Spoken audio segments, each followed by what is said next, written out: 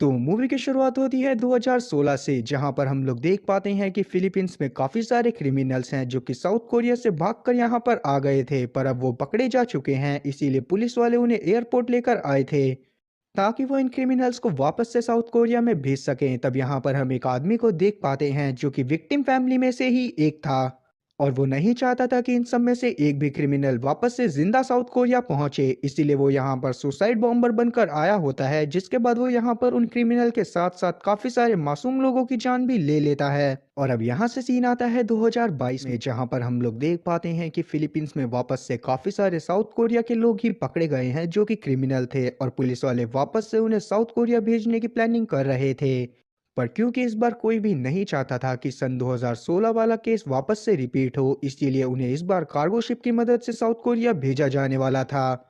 और क्योंकि ये सभी लोग साउथ कोरिया के बहुत बड़े बड़े क्रिमिनल्स थे, इसी वजह से इनकी निगरानी रखने के लिए इलीट फोर्स को बुलाया जाता है। अब यहाँ पर हम लोग एक एक करके उन सभी 20 क्रिमिनल्स को देख पाते हैं जो कि सच में बहुत ज्यादा खतरनाक थे, पर इन सब में सबसे ज्यादा खतरनाक था जोंग डू, जिसने 30 औरतों का रेप कर कर उन्हें जान से मार दिया था। और क्योंकि जोंगडू को अपने किए का कोई भी पछतावा नहीं था, साथ ही वो किसी से भी नहीं डरा करता था, इसीलिए वो यहाँ पर इलीट फोर्स के लीडर सियोकू से पंगे ले लेता है।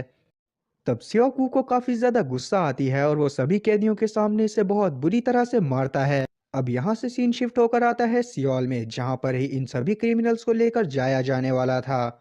और यहाँ की गवर्नमेंट फैसिलिटी में से एक कमांडो जिसका नाम डेई था, वो उन सभी लोगों के ऊपर नजर बनाकर रखे हुए था। साथ ही वो पूरी की पूरी एलीट फोर्स को इंस्ट्रक्ट कर रहा था कि कैसे उन क्रिमिनल्स के साथ यहाँ पर सेफली पहुंचना है। अब कार्गो शिप में हम लोग देख पाते हैं कि सभी प्रिजनर्स को उनके सेल में भेज दिया जाता है। एक सेल में 2 कैदी ही होने वाले थे और हर सेल के लिए एक स्पेशल एलीट फोर्स मेंबर तैनात करा गया था। अब सभी प्रिजनर को सेल में भेजने के बाद सियोकू इन सभी लोगों को कुछ रूल्स के बारे में बताता है जो सभी लोगों को फॉलो करने थे, जिनके बारे में सुनने के बाद काफी सारे प्रिजनर यहाँ पर प्रोटेस्ट करना चालू कर देते हैं। लेकिन सियोकू पर उन क्रिमिनल्स की बातों का जरा भी असर नहीं होता। यहाँ पर हम लोग ली नाम के एक कैदी को देख पाते हैं जिसके ऊपर रूल्स का बिल्कुल भी असर नहीं हुआ था, वो एकदम काम होकर यहाँ पर बैठा रहता है। अब हम लोग यहाँ पर डायोंग को देख पाते हैं जिसके अंडर में 3 फीमेल प्रिजनर्स थी, और उनमें से एक प्रिजनर ऐसी थी जिसने अपने पति और साथ ही अपने सास ससुर का कत्ल करा था। उसे इस बात का जरा भी पछतावा नहीं था, और वो बाकी प्रिजनर के सामने ये सारी बातें बताते हुए अपने आप को ऊंचा दिखाने की कोशिश कर रही थी। अब यहाँ पर हम लोग एक डॉक्टर को भी देख पाते हैं जो कि यहाँ पर तैनात करा गया था ताकि अगर किसी को भी कोई परेशानी हो तो वो यहाँ पर संभाल सके। और इसकी एक असिस्टेंट भी थी जिसका नाम था इयोनजी, जो कि काफ़ी ज़्यादा अनकंफर्टेबल लग रही थी क्योंकि उसने आज से पहले कभी भी शिप पर ट्रैवल नहीं करा था। तब डॉक्टर इसकी नज़रों से बचकर कुछ इक्विपमेंट और साथ ही कुछ दवाइयाँ उठाता है और यहाँ से निकल जाता है। यहाँ पर जब खाना बनाने का काम चल रहा था तो यहाँ पर भी कुक की नज़रों से बचता हुआ डॉक्टर इंजन रूम की तरफ चला जाता है, जहाँ पर एक कैदी ऐसा था जिसको स्लीपिंग चैम्बर में डालकर लेकर जाया जा रहा था। उस कैदी के बारे में सियोक वू को भी नहीं पता था। उस कैदी के बारे में पता था तो सिर्फ डॉक्टर को, क्योंकि डॉक्टर का यही काम था कि टाइम पर वो उसे ड्रग दे दे ताकि वो बंदा सोता ही रहे। तब डॉक्टर उस प्रिजनर के पास पहुंचता है जिसका नाम था अल्फा। उसके बाद वो उसे ड्रग देकर वहां से चुपचाप निकल जाता है। अब आगे हम लोग डेई को देख पाते हैं जिसके हाथ में अल्फा की फाइल थी जिसको वो रीड कर रहा था, और अब जाकर हम लोग जान पाते हैं कि डेई के ही ऑर्डर की वजह से अल्फा को साउथ कोरिया में लेकर आया जा रहा था। और कहीं ना कहीं अल्फा को यहाँ पर बुलाने के पीछे डेई का एक अलग ही मकसद था जिसके बारे में अभी हमें आगे चलकर पता चलेगा। अब यहाँ से हम लोग जोंग डू को देख पाते हैं जिसने अपनी जीप के नीचे एक अजीब तरह की वायर को छुपा कर रखा हुआ था जिससे वो बाद में अपनी हथकड़ी को खोल सके। जिसके बाद वो अपनी हथकड़ी को खोल लेता है और उसके बाद वो उस वायर को ली की तरफ फेंक देता है। अब बाहर हम लोग देख पाते हैं कि यहाँ पर जितने भी कुक मौजूद थे वो खाना बनाने के बाद अपना हुलिया चेंज करने लगते हैं, क्योंकि दरअसल वो जोंग डू के ही साथी थे जो कि जोंग डू को यहाँ से छुड़वाने के लिए आए थे। और यहाँ पर ये लोग असली कुक को मारने के बाद पहुंचे थे, मतलब कि इन्होंने इस शिप पर मौजूद सभी कुक को मार दिया था और उसके बाद वो उनकी जगह पर आ गए थे। अब क्योंकि इन सभी लोगों का मकसद यही था कि ये जल्दी से जल्दी जोंग डू को फ्री करवाना चाहते थे, इसीलिए तुरंत ही अपने मकसद को पूरा करने में लग जाते हैं। और जब 2 गार्ड्स को इनके बारे में पता चलता है और वो लोग इन्हें रोकने की कोशिश करते हैं तो ये लोग उन्हें जान से मार देते हैं। जिसके बाद ये लोग कंट्रोल रूम में जाकर वहां पर भी सभी क्रू वालों को मार देते हैं और यहाँ के सारे कम्युनिकेशन सिस्टम को खराब कर देते हैं ताकि कोई भी बाहर से मदद को ना बुला सके। और वहीं हम लोग वापस से जोंगडू को देख पाते हैं जो कि उस पुलिस वाले को बुलाता है जिसको इनके ऊपर निगरानी रखने के लिए बोला गया था। ये चीज देखने के बाद वो बंदा घबरा गया था जिसको जोंगडू के साथ इस सेल में रखा गया था। इतने में ही यहाँ पर जोंगडू के सारे साथी पहुंच जाते हैं और वो उन सभी पुलिस वालों को भी मार देते हैं जो कि दूसरे कैदियों के सेल के बाहर खड़े थे। और क्योंकि अब शिप के ऊपर बहुत बड़ा अटैक हो चुका था इसीलिए सियाकू को भी इस चीज के बारे में खबर लग जाती है, जिसके बाद वो सभी पुलिस वालों को इकट्ठा करने लगता है जो अभी तक जिंदा बचे थे। अब सियाकू जब डायोंग को लेकर कुछ और पुलिस वालों के साथ कंट्रोल रूम में पहुंचता है तो वहां पर इसे पता चलता है कि सारे के सारे क्रू मेंबर पहले ही मारे जा चुके हैं। अब क्योंकि कंट्रोल रूम में जोंगडू के साथ ही मौजूद थे तो वो तुरंत ही सियाकू और डायोंग को देखकर इनके ऊपर हमला कर देते हैं। और यहाँ पर इन दोनों ही टीम के बीच बहुत बुरी तरह से गोलीबारी होने लगती है। तब हम लोग देख पाते हैं कि सियाकू और डायोंग किसी तरह से इन सभी लोगों को मार देते हैं और कंट्रोल रूम को वापस से अपने कब्जे में ले लेते हैं। अब यहाँ पर हम लोग एक और क्रू मेंबर को देख पाते हैं जो कि अपनी आखिरी सांसें गिन रहा था। तभी अचानक से ही डायोंग की नज़र इस पर पड़ती है और वो इसके पास आती है। और अब ये क्रू मेंबर मरने से पहले डायोंग को बताता है कि इस शिप के इंजन रूम में एक और सैटेलाइट फोन है जिसकी मदद से तुम सैटेलाइट की मदद से अपनी टीम वालों को कांटेक्ट कर सकते हो। अब हम लोग वापस से जोंगडू को देख पाते हैं जिसने सभी क्रिमिनल्स को फ्री कर दिया था और वो इन लोगों से बोलता है कि वो इस शिप को हाईजैक करना चाहता है, इसीलिए वो सभी के सभी लोग इसका साथ दें। अब यहाँ पर सभी के सभी क्रिमिनल जोंगडू का साथ देने के लिए मान जाते हैं, पर यहाँ पर ली ही ऐसा था जो कि इसका साथ नहीं देना चाहता था क्योंकि वो जानता था कि अगर वो इसका साथ देगा तो वो जल्दी किसी बड़ी मुसीबत में फंस जाएगा।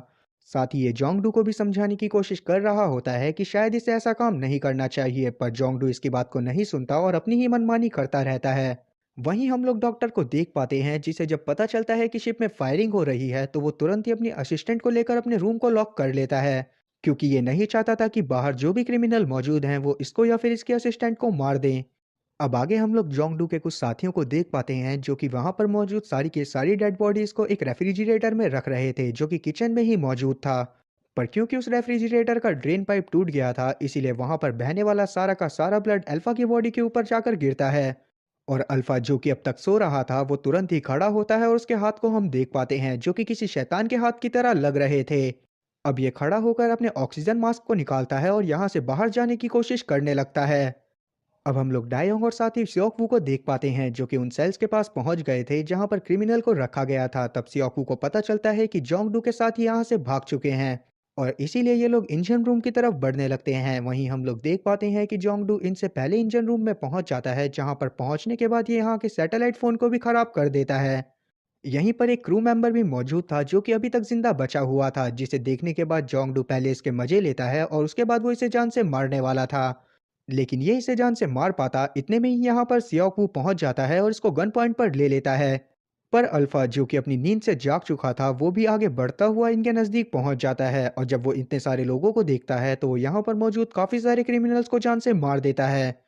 अब ताकि कोई भी अल्फा की नज़रों में ना आए इसीलिए सभी लोग यहाँ पर छुप जाते हैं, पर अल्फा यहाँ पर सभी लोगों को महसूस कर सकता था क्योंकि उसकी आंखें तो बंद थी जो कि सिली हुई थी। लेकिन जैसे ही इसे इसके आसपास छोटी सी भी हरकत महसूस होती है वो तुरंत ही अपनी सुपर स्पीड के साथ वहां पर पहुंच जाता है। अब क्योंकि अल्फा ने यहाँ पर मौजूद काफी सारे लोगों को मार दिया था तो जोंगडू काफी ज्यादा डर जाता है और वो यहाँ से भागने की कोशिश करने लगता है क्योंकि उसे लग रहा था कि शायद वो अल्फा से बचकर यहाँ से निकल जाएगा। पर क्योंकि अल्फा सच में बहुत ज्यादा तेज था तो वो तुरंत ही जोंगडू तक पहुंच जाता है और इन दोनों में लड़ाई चालू हो जाती है। और अब यहाँ पर हम लोग देख पाते हैं कि अल्फा बहुत बेरहमी के साथ जोंगडू को भी जान से मार देता है, जिसे देखने के बाद सभी लोग और ज्यादा डर गए थे। अब जितने अल्फा जोंगडू को मारने में बिजी था इतने में ही सभी लोग मौका पाकर यहाँ से भागने की कोशिश करने लगते हैं, पर जैसे ही अल्फा को अपने आसपास वापस से हरकत महसूस होती है वो तुरंत ही सियोकू के पास पहुंचकर उसे गर्दन से पकड़ लेता है। और अब ये सियोकू को जान से मारने ही वाला था इतने में ही बीच में ली आ जाता है जो कि इसका ध्यान भटकाने की कोशिश करने लगता है, जिसमें ये सफल भी रहता है और बाकी सभी को यहाँ से निकाल देता है।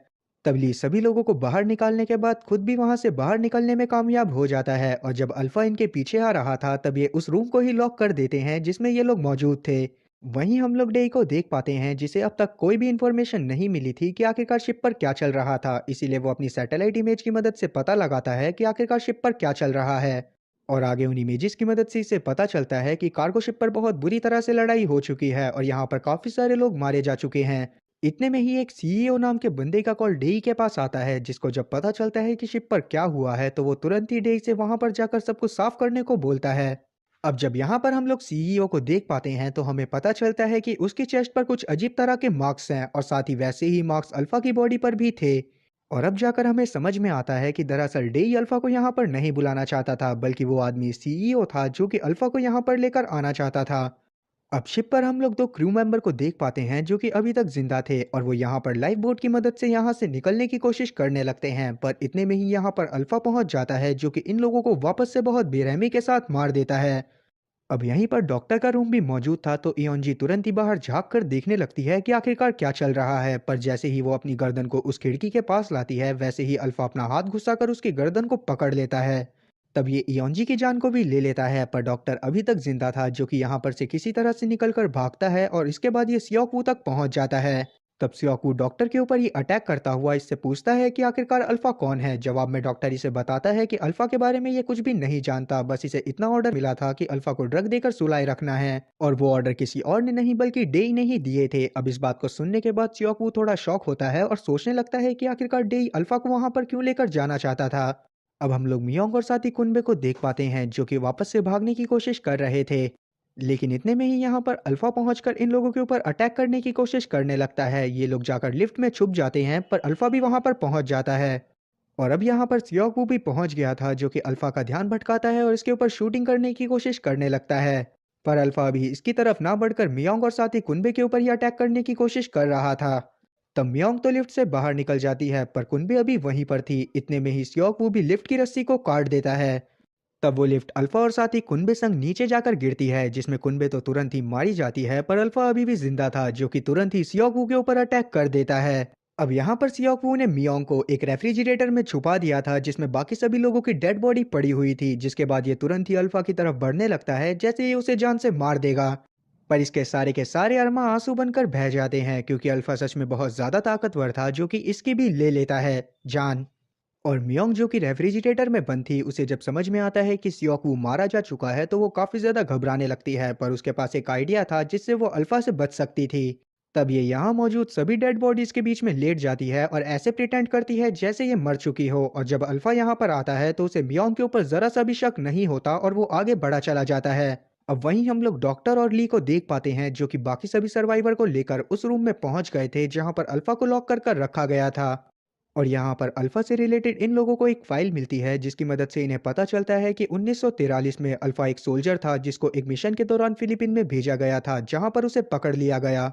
और उस दौरान सुपर सोल्जर बनाने के लिए कुछ दवाइयों का टेस्ट करा जा रहा था जिसके लिए अल्फा का भी यूज हुआ, जिसके बाद उसके ऊपर काफी सारे एक्सपेरिमेंट परफॉर्म हुए और उसे बहुत बुरी तरह से टॉर्चर करा गया। और अब वो एक म्यूटेंट बन चुका था जो कि पूरी तरह से सुपर सोल्जर सीरम का एक सक्सेसफुल एग्जाम्पल था। पर बाद में जब उसे ऑफिसर के सामने दिखाने के लिए लाया गया तो उसने वहां पर मौजूद सभी ऑफिसर्स को मार दिया और अचानक से ही वो कहीं पर गायब हो गया। और क्योंकि उस म्यूटेशन के बाद अल्फा की एज बढ़ना बंद हो गई थी इसीलिए वो अभी तक जिंदा है। अब सीन वापस से प्रेजेंट में आता है और हम लोग डेई को देख पाते हैं जो कि कुछ सोल्जर के साथ कार्गो शिप की तरफ बढ़ रहा था ताकि वो वापस से अल्फा को पकड़ सके। अब यहाँ पर ये सभी लोग अपनी बॉडी के अंदर कुछ सीरम को इंजेक्ट करते हैं जिससे ये अल्फा जितने पावरफुल ही होने वाले थे।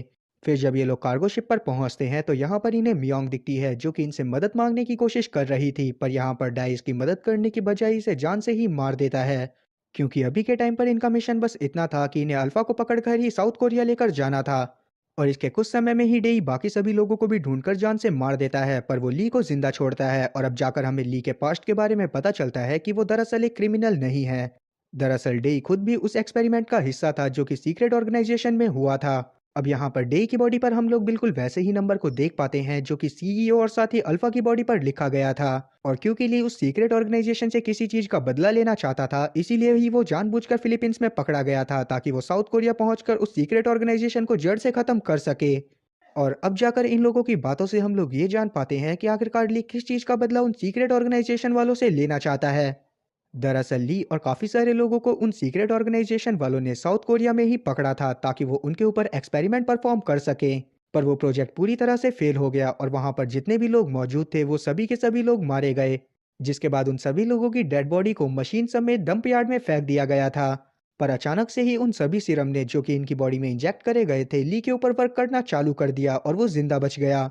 लेकिन ली ने इस बारे में किसी को भी नहीं बताया और वो वहां से भाग गया, जिसके बाद उसने एक लड़की से शादी कर ली और उसका बेटा हुआ। पर एक दिन किसी वजह से सीक्रेट ऑर्गेनाइजेशन को ली और उसकी फैमिली के बारे में पता चल गया और उन सभी लोगों ने ली के घर पर पहुंचकर उसकी पूरी फैमिली को मार दिया। पर उस समय भी ली किसी तरह से वहां से बचकर निकल गया था और उसके बाद उसने डिसाइड कर लिया था कि वो सीक्रेट ऑर्गेनाइजेशन से किसी तरह से बदला लेगा। और अब प्रेजेंट टाइम पर ली और साथी डेई इस बारे में बहसबाजी कर ही रहे थे, इतने में ही यहाँ पर अल्फा पहुंच जाता है जो कि यहाँ पर मौजूद सभी लोगों के ऊपर अटैक करना चालू कर देता है। वो सभी लोग अल्फा से लड़ने की कोशिश तो कर रहे थे पर अल्फा इन सबसे बहुत ज्यादा ताकतवर था, इसीलिए वो बहुत आराम से इन सभी लोगों को जान से मार देता है। और अब इसके बाद ये बढ़ता है सीधा डे की तरफ, पर डे बहुत ज़्यादा ताकतवर हो चुका था, इसीलिए वो कुछ ही समय में अल्फ़ा को जान से मार देता है।